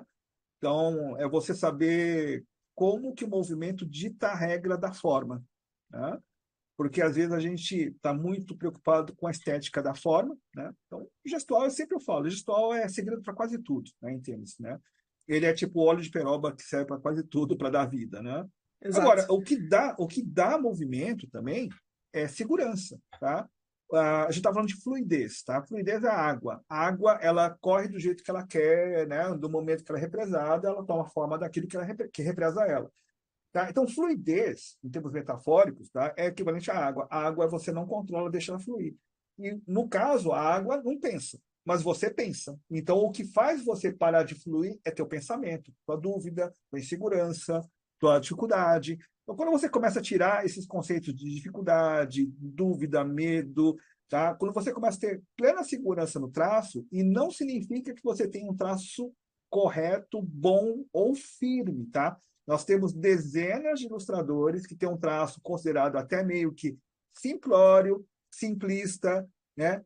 Feio, mas que tem um traço fluido, tá? Por exemplo, vou dar o exemplo do Bill Watterson, do Calvin, tá? E o Watterson tem um traço extremamente fluido, extremamente quebrado, né? Meio errático. A Gabrielle Vincent, que fez os livros da Ernest Celestine, ela tem um traço que parece rabisco, né? A Suzy Lee, tá? São ilustradores de livros infantis, sim, né? Porque você não vai encontrar um ilustrador do League of Legends que tem esse tipo de traço. A não ser que Exato. eles façam, né? A não ser que eles façam uma maluquice e façam uma animação nesse traço, que é possível, tá? Mas não importa. Se você está trabalhando com um traço mais imperfeito, e aí é aquele conceito do Wabi-Sabi, né, de ver beleza na imperfeição, que existe, né? Às vezes é o erro que deixa a coisa bonita. Então você não liga para aquilo, você desenha com muita segurança, com aquela fluidez. Por exemplo, você vê o Glen Keane desenhando, não é porque só ele tem muito tempo de prática ou ele é o mestre de anatomia, não, é porque ele tem uma segurança, ele desenha como se estivesse escrevendo. Então, o que nós estamos procurando é essa tranquilidade de desenhar algo sem questionar se está fazendo certo ou errado, como uma criança. Uma criança até uma certa idade, até os 4, 5 anos, ele não tem conceito de certo e errado. Por isso que o desenho dela, embora seja, né, não é um desenho, ela não tem destreza motora, mas ela não liga, e é fluido, é gostoso, tá? Então, o que você precisa mais é trabalhar com cabeça, né? Trabalhar com a questão de o que te deixa com medo, o que te deixa em segurança. É tempo de prática? Então, põe para praticar mais tempo. É insegurança, frustração e ansiedade? Cuida disso. Tem várias maneiras de cuidar disso, né? Por isso que o Mushin, né? Agora fazer uma propaganda que eu dou, que eu vou fazer. Mushin, ele usa um processo que ele usa o gestual para melhorar o desenho para fora e também para melhorar a parte de foco e conscientização, né, desse processo de se acalmar e por dentro. Então, você trabalha com a coisa mental, né, a fatura mental. Porque não tem jeito, não tem como evitar, tá, gente? A gente procura muito a questão da técnica, tá? A URSA fala milhares de vezes sobre a questão da observação, da precisão, do estudo, tá? Mas no fundo, lembrem-se que quem está segurando a caneta, quem está segurando o lápis, quem está segurando lá a caneta da Wacom é uma pessoa. Essa Uhum. pessoa tem um cérebro, essa pessoa tem problemas, essa pessoa tem dificuldades, tá? Que influenciam muito, sim, no processo de desenho. Ponto. O que você Influencia faz com demais. isso, É, junta as duas coisas, né? perfeito. Gente, é por isso que eu sempre falo do Mushin de desenho pra vocês aí. Então fica aí a recomendação. E mais uma vez, né? Muito bom. O que mais? Ahn, Terminei o ensino médio ano passado e estou pensando se devo fazer uma faculdade agora. Teria que ser EAD, pois não tem nenhuma perto de onde eu moro. Vocês acham que a faculdade é importante no processo de colocar simbolismo na arte ou não? Ah, não. Não, não. Vou dar bem seco, tá? Bem Não, direto, né? não, Não, né? não, porque é o seguinte, se você der sorte de encontrar um professor na área que você for trabalhar, for estudar, não importa qual, tá? Se o professor for sensível, tipo Robin Williams em Sociedade dos Poetas Mortos, você precisa de um cara desse. Então, se esse cara dá aula na faculdade, vai e faz, tá? Porque não é a matéria que vai fazer você melhor, é a pessoa que vai te orientar o caminho. Uma das funções do professor não é só passar matéria, é inspirar o aluno, né, a fazer aquilo, a estudar aquilo. Né? É um fator de inspiração. Isso você não vai encontrar só em professores, você vai encontrar em pessoas, né? Em exemplos. Então, não necessariamente, se for para isso, a faculdade talvez é uma loteria, tá? Talvez você nem encontre essa pessoa lá dentro, tá? Então, você tem que procurar pessoas, mas não só pessoas. Primeiro, você, de novo, vou falar de Sócrates. Qual é o mote de Sócrates? Qual é o lema de Sócrates? Conhece-te a ti mesmo, né? Conheça a ti mesmo. Se você souber o que você quiser, né, o deseja, o condicionamento, o resto fica fácil. É muito fácil você ir se você sabe para onde quer ir. É muito difícil você chegar no lugar quando você não sabe para onde quer ir. Tá? Então, esse processo de autoconhecimento, entre aspas, basicamente é simples. Né? O que você quer fazer, onde você quer, o que você quer atingir, né? Por quanto tempo você quer fazer, né? E o que você quer tirar disso. Tá? E aí você vai procurando pessoas que te ajudem, informações, né? Porque é a melhor maneira, porque a gente está trabalhando, né? A gente está trabalhando. Nossa carreira não é uma carreira técnica, por mais que a gente tenha que ter técnica, mas a nossa carreira ela é muito construída por nós mesmos, tá? E então o que acontece? No fundo, a gente pode saber a melhor técnica, ter as melhores faculdades, mas ainda vai ser um trabalho precarizado. A gente não tem sindicato, a gente não tem organização, né? A gente tem que pagar nosso plano de saúde, nós temos que pagar as férias, né? Então acontece o seguinte, tem que ter uma resiliência muito grande, e isso a faculdade não dá. E para ter essa resiliência muito grande, você tem que ver resultado acontecendo, né? Pelo menos possibilidade de resultado. Então, por isso que essa coisa de você ancorar as coisas na faculdade, ela pode servir quando a carreira é técnica, quando a carreira exige essa formação como advogado, engenheiro. Mas artes, cara, eu acho que existem dezenas de outros processos que podem acontecer, sabe? Inclusive, no teu caso, você mora longe, tá? Distância hoje em dia não é um motivo, né? Por mais que pareça, ele não é um dificultador, tá? Então pensa um pouquinho nisso, tá? São pessoas, não espaços que fazem isso no nosso trabalho, tá? Não, perfeito. Posso passar a próxima? Pode sim. Boa noite. Apesar de entender e pesquisar bastante sobre símbolos, eu ainda tenho dificuldade de aplicar as sensações, principalmente nas cores. Aí é curso. Esse aí vai precisa de uns exercícios especializados mesmo, de pegar, entender a paleta simplificada, aplicar a paleta, fazer os estudos de filme, aplicar os estudos de filme, que vai ajudar. Se você tiver como fazer um curso ou fazer uma mentoria, vai ajudar bastante nesse momento. Uhum. Mas basicamente, né, essas coisas de simbolismo em cor, né, Ursula, elas somente inconsciente coletivo, né, também, É, né? Então, se você começar a estudar essas coisas dessa forma, tipo, azul sempre é tristeza, azul é frio, calor, vermelho é calor, valor é paixão. Tá? Então, você não vai fugir muito também desses conceitos básicos, né? Eu acho que isso é exato, primordial para você trabalhar com cor, né? exato. Eu acho que em pintura, pra gente aqui, é menos cor e mais saturação, mais Ah, vibrância, sabe? Quando você uhum, trabalha com esse conceito de vibração de cor. Mas enfim, isso dá uma live inteira. Então uhum. a gente fala sobre isso em outro momento. E tem a ver com o que está falando, né? Porque, às vezes, né, é uma coisa curiosa, né? Isso acontece muito com o cliente. Né? Saturação está muito ligado à obviedade, no maioria dos casos, em trabalhos de propaganda e publicidade, por exemplo, ou de gosto popular. Pessoas que têm um critério mais generalista gostam de coisas muito saturadas, né? Coisas pastéis já fica uma coisa um pouco mais elitista, né? Porque tem um Exato, conceito simbólico em cima disso, né? Então, vale exato. a pena também estudar sobre isso. Vale a pena estudar sobre isso, com certeza absoluta. Uhum. Enfim, direção de arte, né? É fascinante. Isso, gente. Tudo bom. Exatamente. O que mais? Tem mais Posso para a pergunta aí? próxima? Aham. Temos. Hiro, só para ajudar a ampliar o vocabulário, compartilha 3 artistas que você. Ai, acabou de chamar de senhor. Que você gosta de consumir os trabalhos. Por favor, Sula e Voz da Consciência também. Não vale repetir um do outro. Eu me abstenho porque eu tô Artista, só de como é que é? voz. Artista que eu gosto de seguir para absorver coisas. Isso. Cara, assim, eu vou falar de maneira bastante, assim, Eu vou em catar termos de link pra vocês desenho, enquanto isso. em termos de Ah, ilustração, gente, tá? Ilustração, eu mudo a todo momento, tá? Eu mudo a todo momento porque depende muito do meu estado de espírito ou Geralmente hoje eu tenho no meu Pinterest, né? Ou no meu Instagram, eu tenho literalmente mais de 1.000 ilustradores, tá? Então, por exemplo, eu vou falar um palavrão, tá? Não, não vou.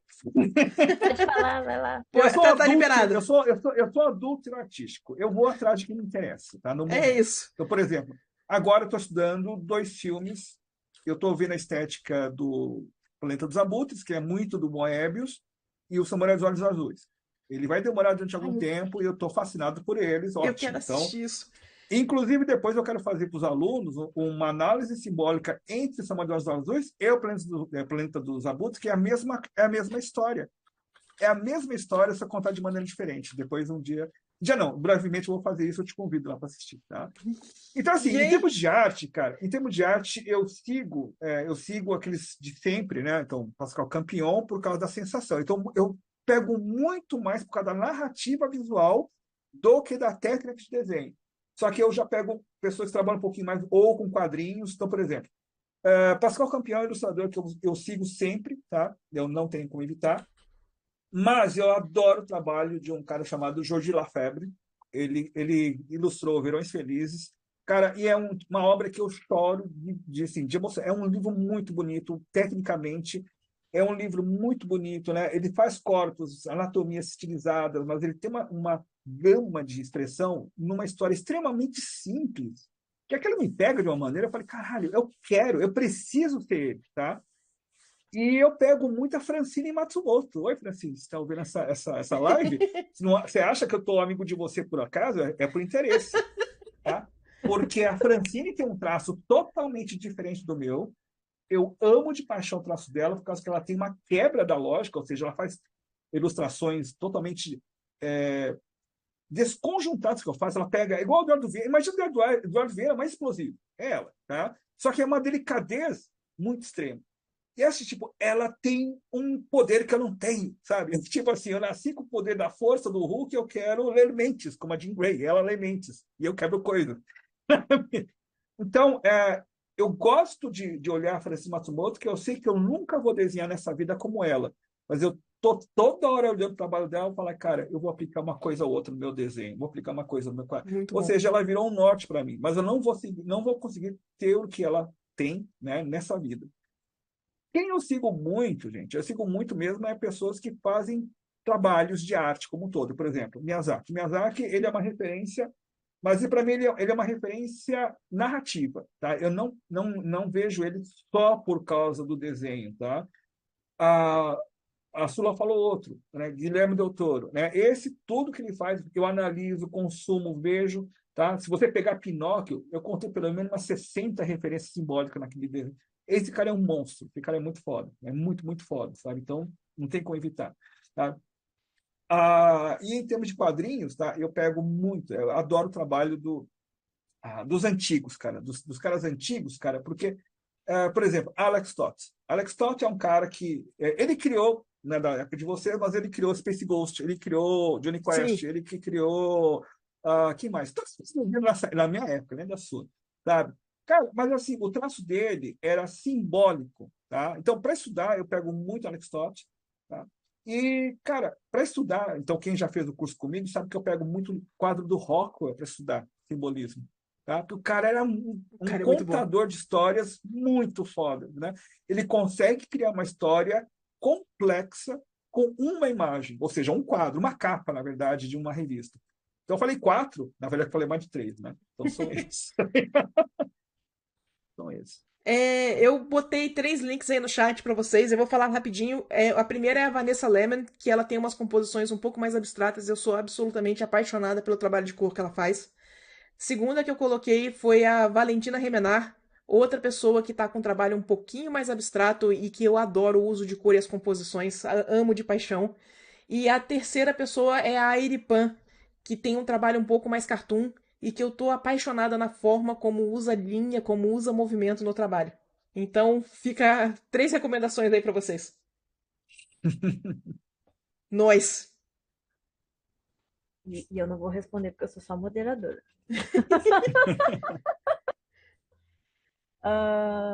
Sulã, uma pergunta. Você já tem isso definido na thumbnail do plano e imagem que quer passar de uma ilustra? Acredito que seja os simbolismos, etc.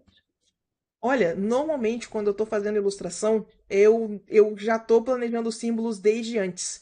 Eu faço o sketch dos símbolos antes, eu já estabeleço os elementos que vão aparecer na ilustração antes. Então, o thumbnail não necessariamente é a primeira parte. Às vezes a pesquisa do que vai estar na ilustração é a primeira parte. Então já tem uns pré-sketches aí, sabe? Pré-thumbnail, pra gente decidir o que vai entrar na ilustração. A metáfora que eu gosto de usar é como se montar uma ilustração fosse montar um quebra-cabeça. Só que em vez de você ter uma caixa de 1000 peças, tem uma bacia com 10.000 e você tem que escolher 1000 peças certas para montar a sua ilustração. Então a primeira coisa que você precisa fazer é escolher as partes que vão compor a ilustração para você. Então sim, tem um trabalho do que você quer colocar ali. Você já consegue fazer essa pesquisa direto no thumbnail, mas muitas vezes eu estou fazendo essa seleção antes mesmo de começar o thumbnail. É uma coisa interessante, né? Não sei se você já parou para pensar, Ursula, né? você está falando da maneira racional, né? Isso. Você já pensou o quanto de inconsciência você coloca no seu trabalho? Não. Aque- Eu a- devia É pensar aquela. mais sobre isso.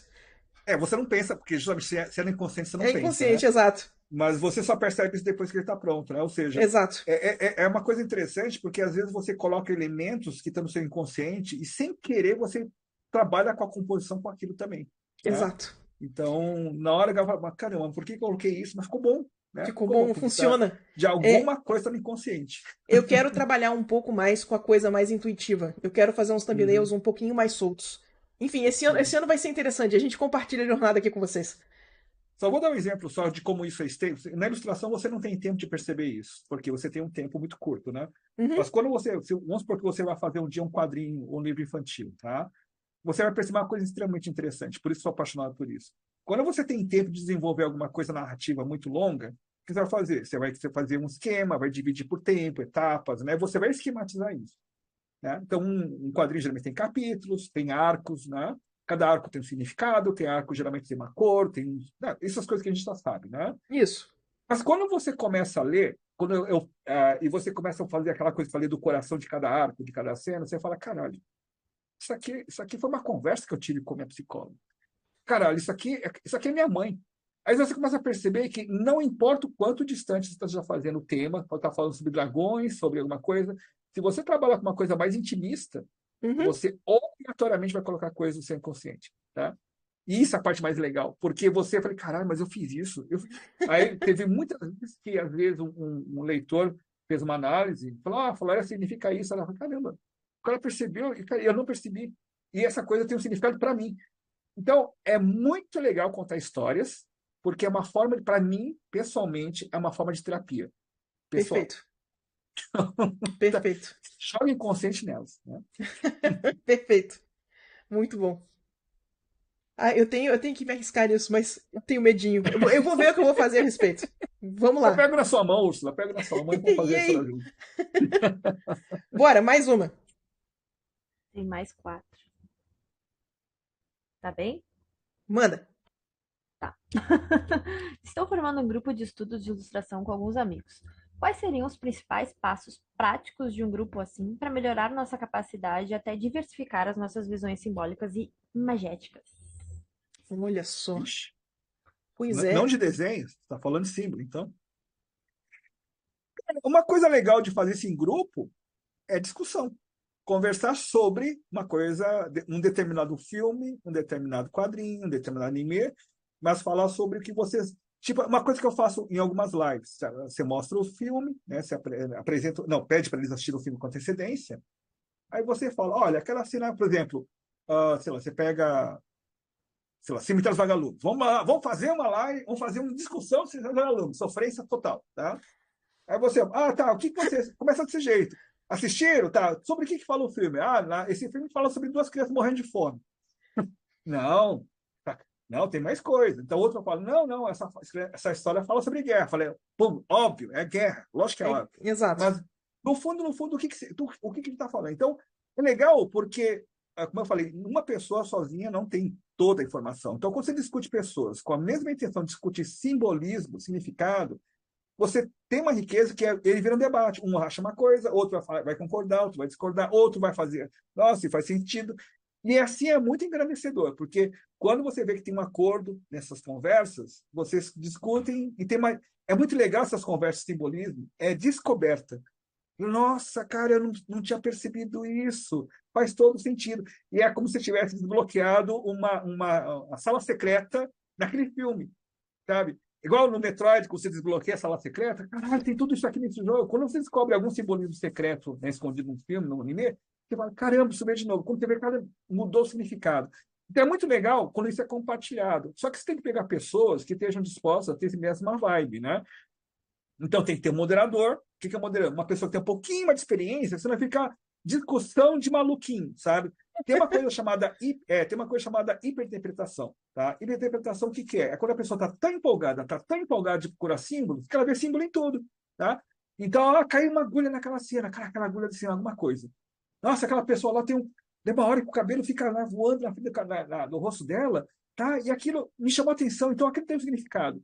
Tá? Isso é interpretação. E uma pessoa dessas é legal, que ela é entusiasmada, mas ela atrapalha o andamento do grupo. Tá? Então, tem pessoas moderam, ó, menos, rapaz, menos. Fica no desenho, fica na cena, né? Aquela cena era um ventinho, só um ventinho, né? Então, por exemplo, tem uma coisa que aconteceu muito legal. Tem esse seriado novo que está rolando na HBO, que é o True Detective, né?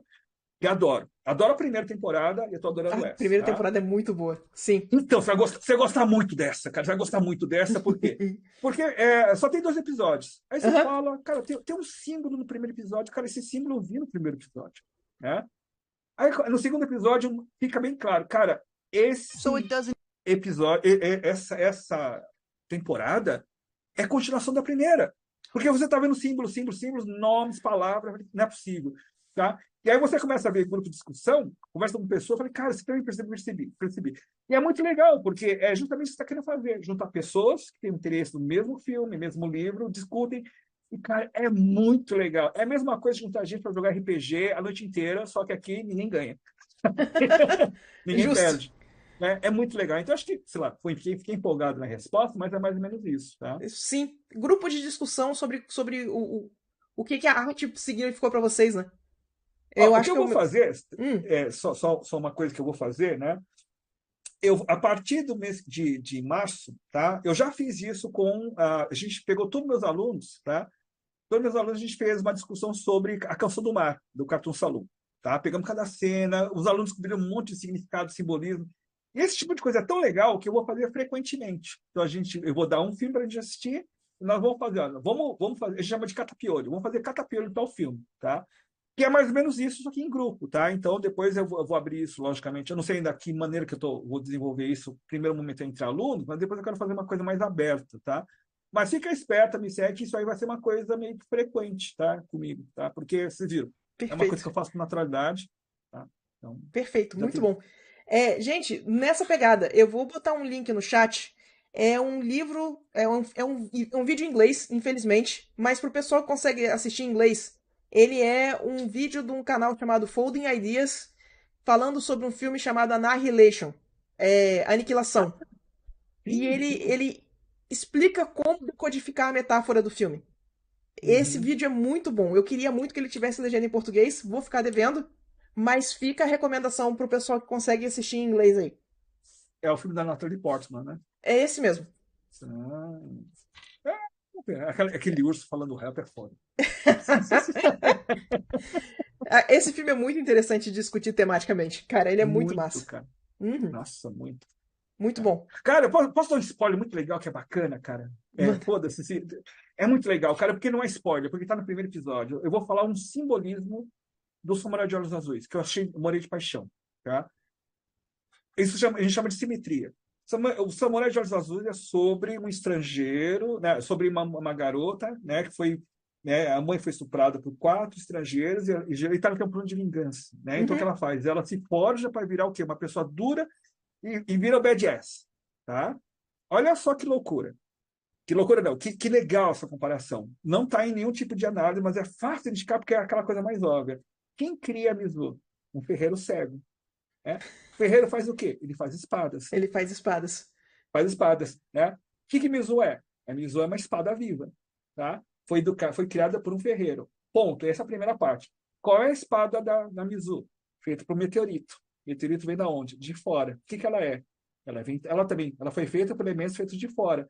Qual é o mote que fala toda hora no filme? Mistura o puro com o impuro. Né? A espada boa é a espada pura, ela quebra. Se a espada pura quebra, tem que misturar com impureza. O que a Mizu é? Ela é uma mistura com impureza. Meteorito, né, a gente vai ver, você precisa misturar com impureza. Você percebe os ciclos que acontecem no desenho e vai acontecer na segunda temporada. Provavelmente, não é spoiler porque não aconteceu, mas provavelmente vai acontecer que Mizu vai se amaciar. A Aham. personagem principal vai ter que virar uma outra coisa, Eu tenho que assistir mais esse negócio. suave. Precisa. Eu vou, Precisa, eu cara. vou É assistir, muito tá legal. encomendadíssimo. Perfeito. Posso passar a próxima? Mana, mais uma. Hiro e Sula. O simbolismo também é algo muito cultural. Por exemplo, a cor rosa e as flores para os japoneses têm um símbolo diferente do que nós no Ocidente. Como poderíamos usar símbolos de outras culturas para expor uma ideia diferente na nossa cultura? Faça meu curso. Por quê? Bacana, Porque é isso. vai ter um módulo no curso chamado A Visão do Estrangeiro. Que eu vou dar um módulo, esse módulo é sobre simbolismo chinês. Como é que a filosofia chinesa antiga via coisas? Simbolismo de cor, luz, sombra, números, códigos, objetos, animais. Tá? Todo esse. É muito interessante isso, porque é o seguinte: de alguma maneira, isso quebra a nossa percepção. Por exemplo, o preto para a gente é luto e o luto para o oriental é branco. Uhum. Mas isso pode virar uma informação para a gente. Se você souber dessas diferenças, isso vira uma informação. Ou seja, se você mostrar a bandeira branca para um japonês que nunca viu uma bandeira branca, o que ele vai pensar? Isso chama relação do observador com o observante. Tá? Então, o que você tem que fazer? Você começa a criar narrativas, possibilidades de desenho, com intuição como um mágico. Você faz com a proposta de enganar quem vai ver teu desenho. Propositalmente vai colocar um elemento que confunde, mas que tem significado numa outra cultura ou numa outra língua. Então, às vezes, você desce, né, por exemplo, o desenho alienígena. O alienígena não tem nenhuma conexão com nossa vida. Mas ele tem um símbolo que você não entende. Aí você vai procurar, cara, isso aqui é um símbolo de templário. É um símbolo de templário. Caralho, então os caras. Não, isso deve ser uma coincidência, mas ele tem outros símbolos que lembram símbolos templários, tem vários símbolos. Caralho, então eles vieram na Terra antes, só que você não precisa explicar que eles vieram na Terra antes, entendeu? Então é muito legal esse conceito, porque nessa hora a tua cabeça explode, porque essa coisa da diferença cultural, de novo, Mizu e a Samurai de Olhos Azuis. Se você ficar muito fechado num nicho cultural, você estagna. Para você ter um Uhum. crescimento, você precisa miscigenar. Por isso que essa ideia de você manter o puro é uma ideia muito errada, porque ela enfraquece nossa consciência de coisas, de símbolos, conceitos. E, infelizmente, aí vem uma crítica. O que as redes sociais fazem? Ele coloca, dá para você apenas aquilo que você se identifica.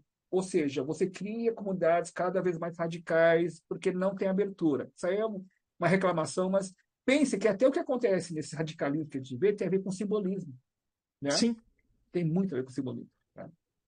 Tem que abraçar o estranho. Tem que abraçar o estranho. Perfeito. Uhum. Perfeito. Muito bom.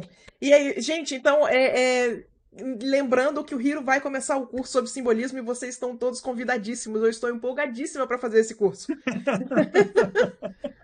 Vai lá no meu site, lá, hiroacademy.com.br/cursos. Lá tem todos os cursos, inclusive de simbolismo. Então, lá tem todo o conteúdo, né? Toda a grade de aulas. Vão ver que tem bastante coisa lá para muita coisa diferente, né? Para aprender. Né? Isso. Tem uma última pergunta que eu acho que ia ser maneiro para fechar a live, que Pode. é Manda. uma pessoa pediu para saber alguns exemplos nas artes do Hiro mesmo, que ele passou por essas etapas assim de simbolismos e as dificuldades e tal, se ele poderia mostrar e quais são as favoritas dele. Cara, eu só ia preparar isso para você, cara, porque eu uso muito mais no conceito narrativo, tá? Por exemplo, se eu vou fazer uma história, obviamente eu já penso no projeto gráfico dele, tá? E, por exemplo, eu vou fazer uma história nova agora, tá? E o projeto gráfico ele é mais cru, né? Ele é uma história mais pesada, né? Então, o que eu vou fazer? Eu vou pegar referências gráficas de pessoas que têm um traço um pouco mais pesado, mais geometrizados. Então, essa é a parte mais lógica da coisa. Vou pegar o Mike Mignola, vou pegar um Simone Darmini, né? E pegar isso como referências visuais. A questão da parte visual nas histórias, cara, ela é muito. Por exemplo, Francine Matsumoto, tá? Se vocês procurarem a Francine Matsumoto, vão ver que ela tem um traço totalmente diferente do meu. Tá? Logicamente, eu não consigo usar o traço dela no meu desenho, mas tem momentos que eu consigo usar justamente essa quebra, por exemplo, num sonho, né? Numa maneira de demonstrar um outro ponto de vista. Né? Uh, Uma coisa que eu aprendi, por exemplo, né, essa coisa de simbolismo de cor, é controlar a cor em algumas cenas, observando também paleta de cores que alguns ilustradores usam, né, alguns cineastas usam, tá? Porque a cor conta a história. Mas, no geral, gente, eu precisaria preparar uma lista. Eu tenho bastante, só que agora eu tenho que ficar procurando, abrindo arquivo, ele vai ser complicado. Mas eu fico na promessa de um dia fazer uma tabelinha, mostrar tudo você fez. Porque, assim, é a coisa que eu adoro mostrar. Falar, eu fiz isso, fiz isso, fiz isso, fiz isso. Por exemplo, para que não. O que eu uso mais é referência, tá? Referência pontual, não uma referência ao longo. Quando você trabalha, por exemplo, com uma ilustração. Por exemplo, um exemplo. você pode usar Hirschfeld na sua ilustração, contanto que ele tenha algum significado. Eu já usei Hirschfeld numa coisa pontual que era sobre Nova York. Né? Nada melhor do que trabalhar com um traço parecido com Hirschfeld para trabalhar com uma coisa sobre Nova York. Então, depois, né, me cobrem, dia de eu fazer uma tabelinha, fazer uma apresentaçãozinha de todas essas referências, né, tipo easter egg, né, que a gente coloca tanto nos meus desenhos como nas minhas histórias, tá? Então, porque realmente a síntese do feitão demora bastante. Tá? Não, perfeito. É motivo para eu te trazer de volta, Hiro. Então agora a gente já está Opa, encomendado. legal, legal. Muito É. bom. E a Úrsula vai estar na turma, não espera. Eu vou Então, estar na turma. tem Pois é, o lugarzinho pessoal dela. perguntou. Eu vou estar na próxima turma. Então, se o pessoal que quiser me ter de colega aí, entendeu? Já aproveita. Bora. Ó, respondendo a pergunta do Sean Black, as inscrições ficam abertas, tá? Até não tem limite de vagas, né? Lógico, tem um limite muito grande, mas não é o caso que acontece. Simbolismo não é um curso que enche, né? Mas não precisa correr, não, meu caro. Tem bastante tempo, tá? O curso vai começar dia 4 de abril, tem bastante tempo, tá? Então, entre lá dentro e dá uma olhadinha no conteúdo. Se gostarem, tá? A live já é uma pequena amostra do que tem lá, tá? A gente vai falar muito de filme lá, isso é a parte legal. A gente vai falar muito de filme, Vamos falar muito muito de filme. E de aí? quadrinhos, né? Então, é muito divertido. Perfeito. Hiro, eu queria agradecer muito pela presença, pelo seu tempo. Muito Opa, obrigado, foi fantástico. Sempre meu que tempo é você seu quiser tempo. voltar, sempre que quiser voltar, o espaço está aberto aqui para você. Poxa, E nossa, te desejo muito sucesso no curso. Estou empolgadíssima. opa. Obrigado mesmo, obrigado pela chance, né? Porque tá aqui no tua live sempre é uma chance, né? Uma oportunidade, cara. Agradeço de montão, tá, gente? Agradeço de montão mesmo, tá? E olha, se vocês quiserem, então, de novo, fica à disposição, tá? Porque é só acessar meu site lá, heroacademy, né, .com.br. Lembro de My Hero Academy é de propósito, é um símbolo de propósito, por causa do nome. Mas acesse o site lá e se vocês tiverem dúvidas, vocês podem entrar em contato comigo sem problema nenhum, tá? Eu sou que nem a Úrsula, sou bastante receptivo com isso, tá? Porque aluno para mim é bem importante. Então, qualquer dúvida que vocês tenham, entre em contato que eu tento responder, tá joia? Perfeito. Muito obrigada, Hiro. Gente, Obrigado então você, vamos lá. gente. Semana que vem nós volta, tá bom? Eu volto com a aula de perspectiva de personagens que finalmente vai acontecer. Dessa vez não vai faltar luz. Então, beijão, gente. Boa noite. Até Obrigadão, semana que gente. vem. Tchauzinho, Hiro. Obrigadão.